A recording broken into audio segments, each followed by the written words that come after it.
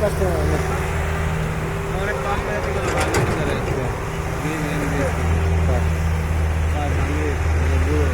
হ্যাঁ দুইজন তো টাকা দিয়ে এই যে ভাত মোবাইলটা কালো হবে বুঝলি ভাত দিলে কালো হবে ভাতটা করে দেয় এইবার ওই পোড়া